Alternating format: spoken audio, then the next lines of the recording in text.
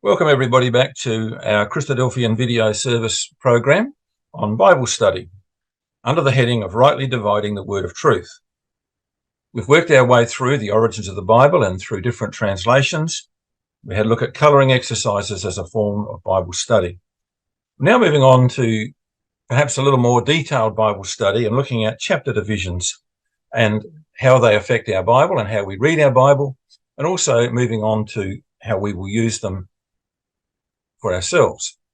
So the plan for today is to say, why do chapter divisions exist? Are they all useful? Why are some chapters long and others short? And that's a difficult question to answer. And then we'll look at the benefits of breaking up a chapter and chapters further into key parts and themes, so that when we are doing a study, we actually get down and we make a detailed breakup of the chapter. So that's what we're going to achieve today, hopefully, as we go through this particular session on chapter divisions.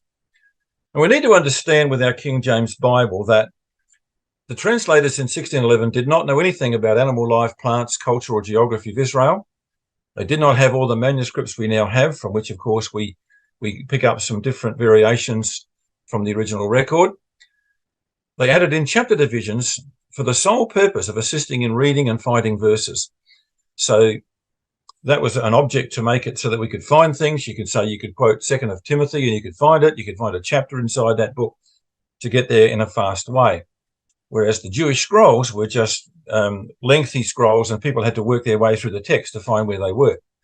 So they put in chapter divisions, and they also broke the chapters into verses to help us with the idea of finding those verses when we need to. Unfortunately, both with chapter divisions and with verses, the divisions that have been made by the translators are not always helpful. Sometimes they're very good, sometimes they're very useful, and of course we can find things, but it's not always helpful when it comes to understanding exactly what God had said in the original language. But we are thankful that a very useful margin was provided to us, and that will be covered in our next session. So why are there chapter divisions? Well, remember, they're added in by translators to assist with the finding of passages. The Jews were able to find passages on their own. Because of their familiarity with the scriptures, they could look at a passage and say, well, I need to be further on in the record, and they would go through it. And we see this in the case of the Lord Jesus Christ, when he got up to read in the synagogue at Nazareth. And it says, there was delivered to him the book of the prophet Isaiah, and when he'd opened the book, he found the place where it was written. So he would have gone through the scroll, seeing familiar text in front of him until he found the place he wanted to quote. So he actually stopped at that place and he read part of it and made an application of it. But our translators put in chapters and verses so that we can easily find something. And obviously when we cross-reference things, when we talk and we quote things, or we look up reference books, then we need to be able to find verses and places very quickly in the record. But always remember, except for the Psalms and except perhaps for the book of Lamentations, the chapter divisions are artificial to the original way the Bible was delivered. So why chapter divisions? Well, the translators had a policy of looking for things where the historical section had changed. So there might be recounting of one incident and then it moves on to another incident. In the book of Kings, for example, you have the story of one king's life followed in the next chapter by the next king. So where there are discrete historical sections separated, by time, the chapter divisions are obviously useful because you get an impression that history has moved on. Sometimes there's just a change of setting. You might be going to a different place. You might be dealing with different people. Sometimes there's a change of topic. The writings of Paul moves from one issue to another, especially in a book like Corinthians, where he's answering a series of questions. And so as time goes by, he actually changes from topic to topic. And the translators have attempted to find the right place to indicate a chapter division. But sometimes they're a positive menace. And sometimes, because we're in the habit of reading chapter by chapter, and sometimes only reading one chapter a day in some sections of the Bible, we miss the fact that part of a topic or a theme has been unfortunately placed in a following chapter. And that's why we're going to look at some of these just to show you how this can happen. So here are some examples. Let's go to Ezekiel chapter 2 and 3, where we have the prophet Ezekiel receiving a scroll very likely by the hand of an angel. And Ezekiel is to look at this scroll, and he's eventually going to eat it, which of course is similar to what happens to John on Patmos in the book of Revelation. But in Ezekiel 2, we have the arrival of this scroll, and we read in Ezekiel 2, picking up in verse 9, he says, "And when I looked, behold, a hand was sent unto me, and a roll, or a scroll as it should be, of a book was therein. And he spread it before me, and it was written within and without," which again is another connection to Revelation 5. "And there was written therein lamentations and mourning and woe." So here's a judgment scroll that Ezekiel has been given. A hand delivered it to him. And then in chapter 3 and verse 1, the angel begins to explain it. "Moreover, he said unto me, Son of man, eat that thou findest, eat this scroll, and go and speak to the house of Israel." So the scroll is delivered, and the scroll has to be then digested by Ezekiel. So you can see how the chapter division is completely in the wrong place, and it actually destroys the theme. So you could have put the chapter division after chapter 2, verse 8, which would have been a lot more suitable. When we come to the New Testament, let's look at the book of Hebrews. In Hebrews chapter 6 and 7, we have a character introduced to prove to the Jews that God's priesthood existed before the law of Moses, and that it was a very special priesthood, which we know as the priesthood of Melchizedek. Now, Hebrews chapter 6 works through the fact that, God will look after his people. In verse 10, we find that God remembers the labors of people. He talks about Abraham and Abraham's patience to inherit the promises, and he makes the point in verse 18 that God's promises are immutable. And then we come to verse 19, and you can almost see that they carry straight on which hope we have. And verse 19 is a transition verse, but part of it should have been in chapter 7, because it actually mentions a character called Melchizedek. And then in chapter 7, now this Melchizedek, so, God starts talking about Melchizedek. So I would suggest that probably the preference would have been not to have a chapter division at all, but perhaps if there was to be a chapter division, to make it earlier in chapter 6. But probably the best solution would have been not to have a chapter division there at all, because it's all about Melchizedek on both sides of the chapter division. And it goes right through to the end of chapter 7. So again, it could have been a longer chapter. It would have been much easier without that chapter division. You find the same when you come to Ephesians chapter 4. Let's go to the book of Ephesians. And again, we're just going to see here how the chapter division has actually taken away the punchline of the exhortation. So in Ephesians 4, Paul is talking about the qualities of those who follow the Lord Jesus Christ. And we come to the end of chapter 4, and it says this, and it's talking about how we have to live Christ-like lives. And so he says in verse 31, "Let all bitterness and wrath and anger and clamour and evil speaking be put away from you with all malice. And be ye kind one to another, tender-hearted, forgiving one another, even as God for Christ's sake hath forgiven you." And then they put the chapter division in, when really verse 1 and 2 belong on the end of chapter 4. So reading straight through, "As God for Christ's sake hath forgiven you, be ye therefore followers of God as dear children, and walk in love as Christ hath loved us, and given himself an offering and a sacrifice to God for a sweet-smelling sacrifice." And that verse 1 and 2 should be attached to chapter 4. Verse 3 begins a new topic. He's now talking about their attitude to the world that they live in, and to keep away from fornication and all those evil things. So again, you can see how the chapter division is positively unhelpful. So again, let's have a look at Romans chapter 14 and 15.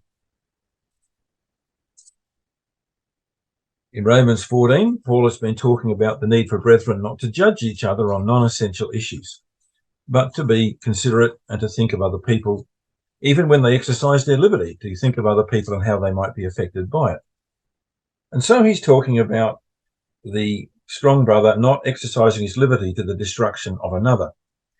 Verse 23 of chapter 14, and he that is doubteth is condemned if he eat, because he eats not of faith. Whatsoever is not of faith is sin. We then, it goes on, it should be in the text, without the chapter division, we then that are strong ought to bear the infirmities of the weak and not to please ourselves. And you can see how the chapter division just completely destroys the rest of the theme that Paul has been developing about the responsibility of those who claim to be the strong brethren not to mislead, offend, or lead astray those who have weaker consciences. And again, the chapter division could have been easily left out or placed further down, down perhaps at the end of verse 7. It's just a bit sad sometimes how these chapter divisions have been put in without a lot of thought as to the theme that is underway. So, that's just a very small sample. There are dozens and dozens of chapters that actually have the chapter division in the wrong place. And I just say to you, every time you read your Bible and you read a chapter, read through. Challenge the chapter divisions, knowing always they are not part of the original inspiration unless you're dealing with the Psalms and the book of Lamentations. Let's now talk about another factor you find, and I'd like you to come to Luke chapter 15, because in Luke 15 we have this very well illustrated for us. You find in the Oxford Bible, you find these things that we call cleft markers, and these are put in by the translators. We normally advise people, when you get the Oxford Bible, you'll have a little summary of the chapter underneath the chapter heading. Most of those are okay. They just tell you what they think the chapter's about, but they're not always perfect. But the cleft markers are put in by the translators to indicate that there's been a change of theme or a change of incident. So again, cleft markers are inserted into the chapters of some of the historical books.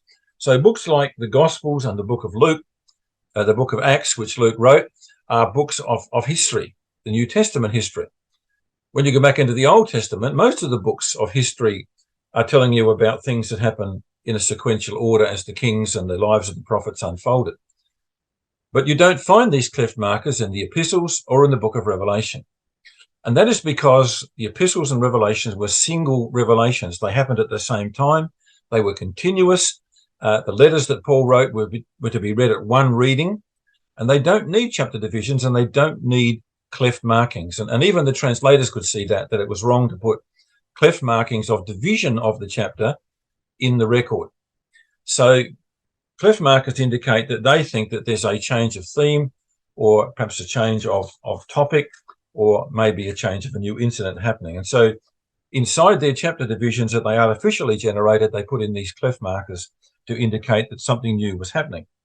Now, the odd thing is, if you look at the first one in Luke 15 and verse 3, it says, he spake this parable unto them, saying. Now, the reason that there was a change is that the first two verses tell you why Jesus had to give these parables.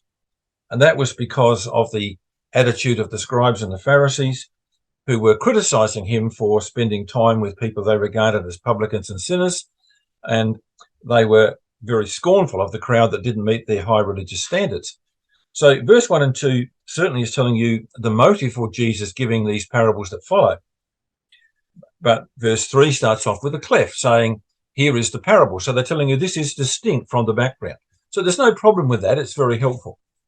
When you go further into Luke chapter 15, we have a second parable in verse 8, the woman looking for the lost coin. So again, you have a cleft marking for that. Then in verse 11, you have the third parable, the parable of what is known as the prodigal son.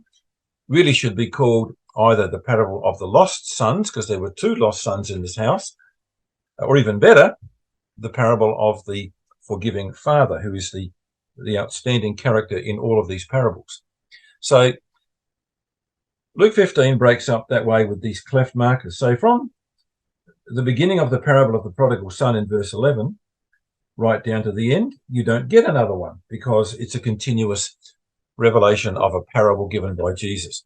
So you can see how the cleft markers are put in historical type records, particularly to indicate that a topic has changed or a theme has changed inside that particular chapter, which is, again, artificially divided. So, they can be quite helpful, and very, very few are in the wrong place. And so we recommend you when you see one, just ask yourself, why is this being put here? Well, some things to remember about chapter divisions, just to remind ourselves about these. I want to just go through a few more examples. Remember, they are man-made divisions. They don't form part of the inspired text, except for Lamentations and Psalms. That's why it's important to remember to read over the chapter divisions for continued sense. And I really encourage you to do that. And you will be surprised how often that you find something that has been done quite inadvertently, but wrong in its outcome. So let's looking at 1 Corinthians chapter 10. Here are some more examples about chapter divisions. And we'll just go to 1 Corinthians chapter 10 and look at the last verse of 1 Corinthians 10, where Paul is dealing with, the need for some order in the meeting. And we come to the end of chapter 10 of 1 Corinthians. And we pick it up in verse 31. Whether therefore you eat or drink or whatever you do, do all to the glory of God. Give none offense, neither to the Jews or to the Gentiles, nor to the ecclesia of God. And that's really where it probably should end. But then he says, even as I please all men in all things, not seeking my own profit, but the profit of many, that they may be saved. So he then goes on to say, be ye followers of me, even as I am of Christ. And I think verse 1 should have been added to the end of chapter 10. Because verse 2 of chapter 11 starts on a different theme. It is the matter of the ordinances. He's going to discuss the head coverings. He's going to discuss bread and wine. He's going to discuss the order in the meeting and who should speak and not speak. And he's going to remind them of the ecclesial world and the way the ecclesial world does things. So really, verse 1 should have been attached to the end of chapter 10. Another example now. Let's go to Galatians chapter 4. Galatians 4. We come right down to where we get to verse 21. And we read this. Tell me, you that desire to be under the law, do you not hear the law? Now, this is a different theme entirely from what has gone before. And, he's been remonstrating with them about his sadness at the fact that they are unable to leave the law of Moses. So he now puts it as a matter of question. And he brings a whole new subject in, which is the parable of Abraham and his sons and of Sarah. And he takes an Old Testament parable from verse 21 onwards. And that really is a separate section altogether. It should be a separate section. Again, verse 1 of chapter 5 is the conclusion of his exposition on that particular parable of Abraham and his family. That it should actually be attached to chapter 4, and chapter 4 verse 21 to chapter 5 verse 1 should be a chapter on its own if you're going to divide it up. So again, you can see how the particular little story about Abraham and his family and the typical significance of that family and the conclusion that he draws from that really is one little section on its own. In the 2 Corinthians chapter 6, we have perhaps one of the saddest ones, because it actually completely destroys the conclusion. And again, the chapter division is not helpful at all here. Now, it's very clear that in chapter 6, Paul is encouraging the Corinthians to not get involved with the world, to not be unequally yoked with unbelievers in verse 14, to have nothing to do with the temples of the Gentiles, nothing to do with the fornication that was taking place in those temples. He reminds them that they are the temple of God.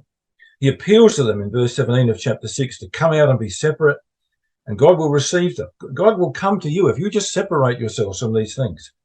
And he'll be a father to you, and you shall be my sons and my daughters, saith the Lord Almighty.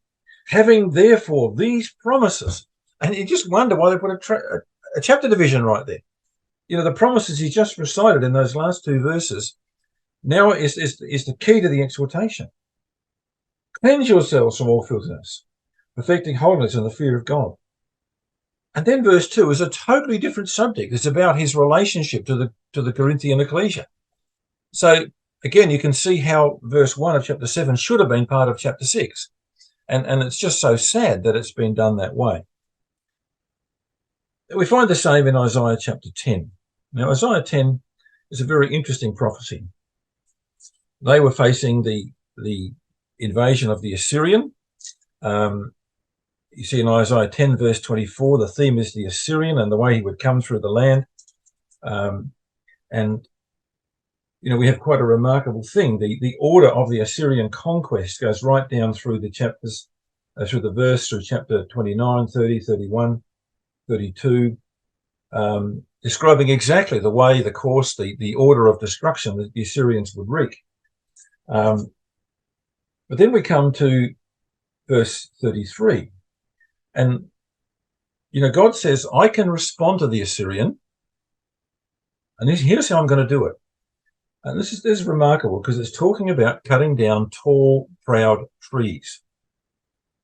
Behold, the Lord, Yahweh Sabaoth, the Lord of hosts, shall blot the bough with terror, and the high ones of stature shall be hewn down, and the haughty shall be humbled. And he shall cut down the thickets of the forest with iron, and Lebanon shall fall by a mighty one. Now, Lebanon, of course, was placed, it was populated by large cedars. So God says, all the top trees of the Assyrians, I'm going to cut them down. Well, if you know your history, what happened was God went out and his angel went into the camp of the Assyrians who were putting Jerusalem under siege. And in that one night, God slew 185,000 of the top army of Assyria. The king then fled home and was murdered in his own temple by people that were there that were disappointed with his failed campaign. So, it's amazing, isn't it, that God's going to destroy the high and the mighty, lofty trees of the Assyrians. And then we come to how God then makes a beautiful contrast. Here are enormous, powerful, massive trees in the eyes of men being chopped down by God. And God says, well, I'm going to raise a little tiny shoot out of a stump. And chapter 11 says, and it starts with an and. You can't imagine that you would actually start a chapter with and. But they do the same in chapter 12. And there shall come forth a rod or a little shoot out of the stump of Jesse, and a branch shall grow out of his roots. So there's going to be a resurrection of the kingdom of David. Jesse was the son of David. David was the great king on the throne of God in Jerusalem. And a little shoot is going to come out, and it's going to grow into a strong branch. And it's going to become a mighty one in the earth. But who is this person? Who is this branch? Well, if you read verse 2 and 3, you'll see it's the Lord Jesus Christ. And he's the one who's going to come and going to rule the world for his Father. And there's going to be a little tiny shoot come from the cut down tree of the house of David. And God is just making a contrast between the powerful, mighty Assyrians who were like great, almost impenetrable trees. And God cut them all down in a moment. And then God begins to work on the process of bringing out a little tiny shoot from the stump of the house of David. And it's just a beautiful contrast. Those last two verses of chapter 10 should be on the front of chapter 11. So again, I hope I've just picked a few examples to show you how you need to read through the chapter divisions. Okay, well, let's move along. Are they all useful? Only the Psalms are divided as God wrote them. Even then, Psalm 42 and 43 is really one psalm. They should be put together. But the original Hebrew also in the Psalms gives you what we call superscriptions and subscriptions. So when you read your King James Version, if you've got an Oxford Bible, you'll find that there are little headings at the top and the bottom in most Psalms. And these are in the Hebrew telling you to whom the psalm was delivered and who did it. And sometimes even the theme is built up in that little title at the head or the end of the psalm. And these are part of the original Hebrew Bible. So very important that we actually pick up those psalms with their subscriptions and superscriptions. Lamentations is an unusual book. It's what we call an acrostic book. There were 22 letters in the Hebrew alphabet. 7 is the number of the covenant. So we have a book that is made up of 7 22s in the book of Lamentations. Of those, chapters 1 and 2 are 22 verses each, and so is chapter 4. And all of those 3 chapters, every one of them begins with a letter of the Hebrew alphabet in order.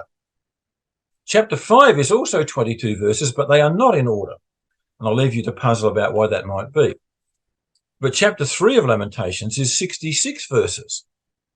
And again, they are acrostic. So, again, we have this pattern going through the record. You can actually say the verses there are certainly as God would have you to understand them. They were separate verses with particular verse headings on them, where they were starting with a letter of the Hebrew alphabet, as is Psalm 119. So, sometimes what we have there is quite accurate. But apart from the Psalms and Lamentations, we don't have any other books that you can say had to be divided up as the translators did. So some are very helpful, but quite a few are not. So always challenge them. Always read through them. That's how they would have been read when they were originally received. And you follow your own timelines and themes as you go through the reading. And don't stop just because you come to a chapter division. So now we're going to move on to about when we are doing a Bible study, the need sometimes to go further inside a chapter and divide it up as they do with the clefs in some cases in parts of the Bible. So this, what we call making a chapter division, can provide even more benefit than the chapter divisions the translators gave us.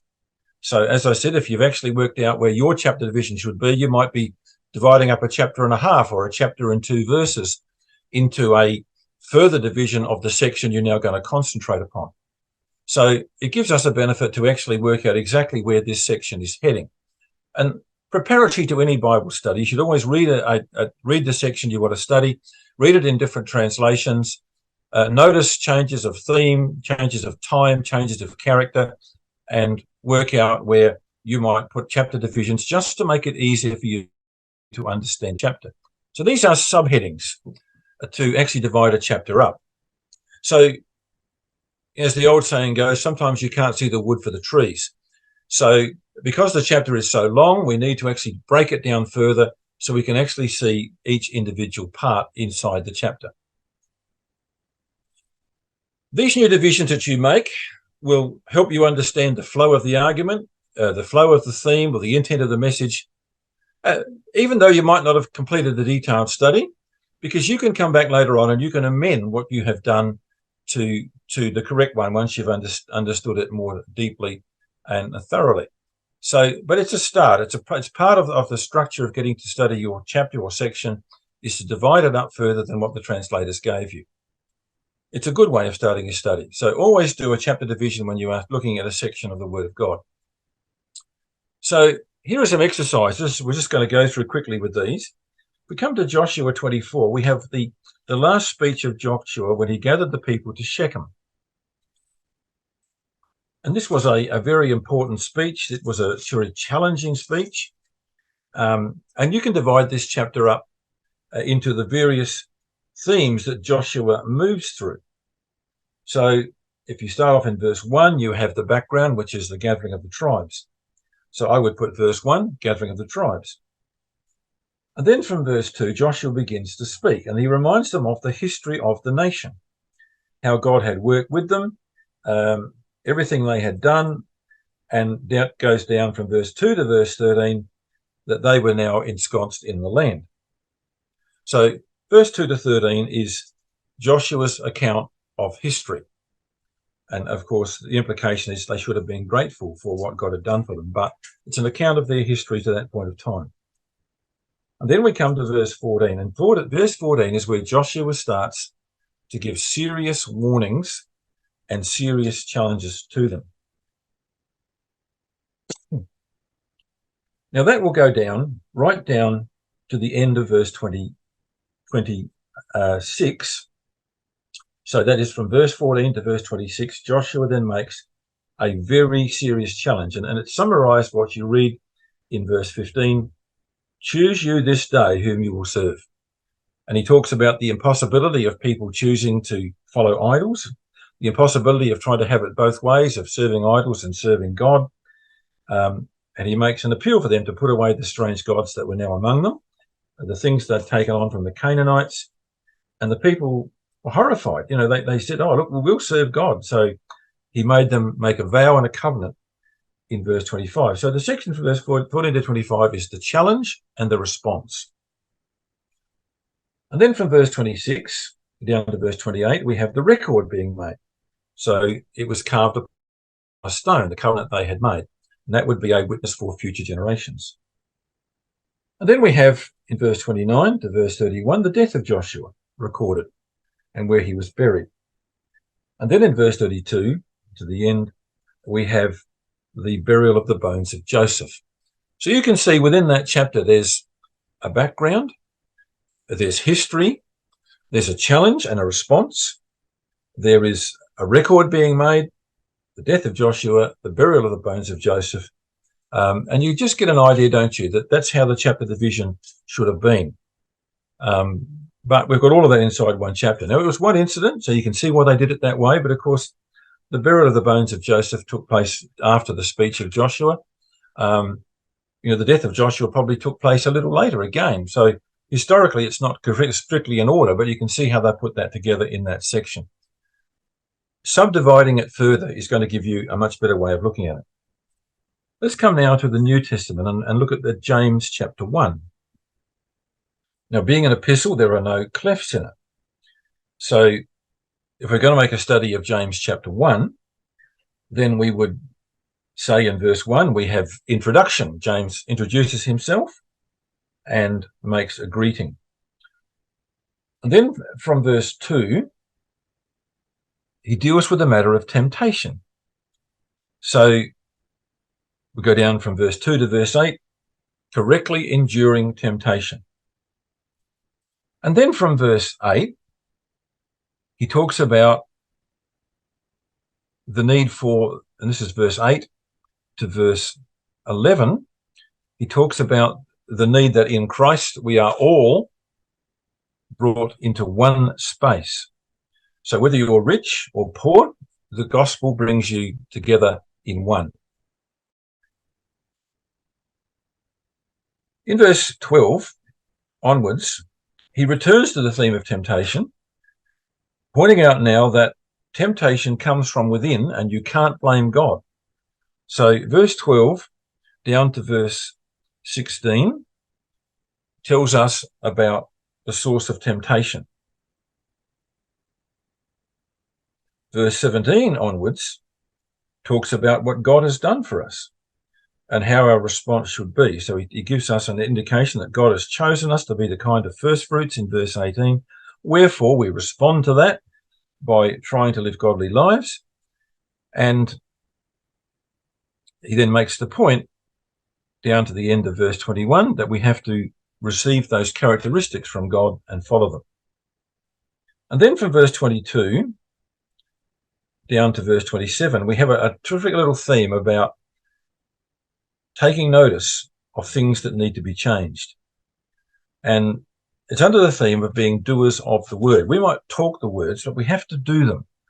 And he says in verse 23 that if you don't do the words you speak, then you're like a man who looks in a mirror, see that he needs his hair done or some other things corrected on his apparel, but he just walks away and doesn't bother.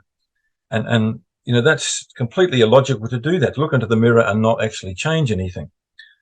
And so he talks about what pure religion is, and that is doing the right things and not being just a person who worships in word only. So again, you can see that you could divide James chapter 1 up into various sections that would indicate the change of thought going through this letter of James. But being a letter, it was meant to be read in one sitting. But you can imagine there would be pauses at the end of those sections to let the previous exhortation sink in, and then to follow on with the next section of the letter.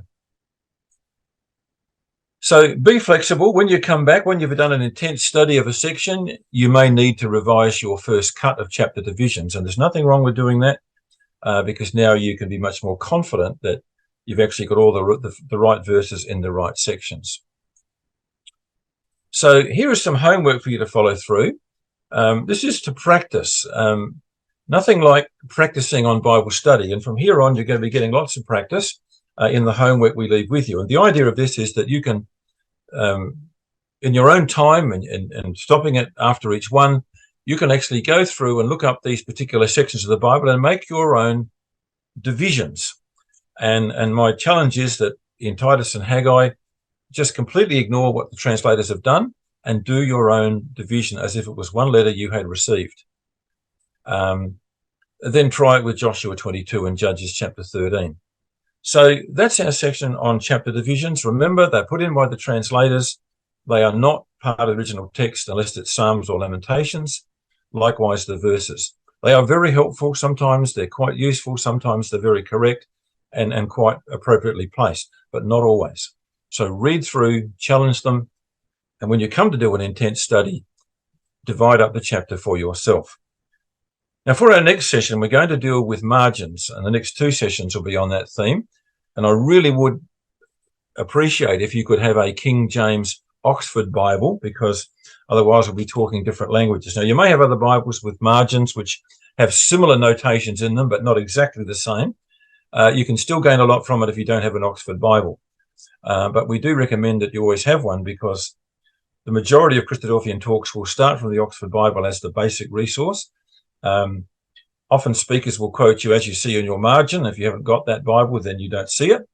So we really recommend that any serious Bible student who wants to then go to other works that are key to the Oxford Bible should have an Oxford Bible, at least as part of their toolkit on their desk when they begin to Bible study. So that's what we'd like you to have for the next session ready, please.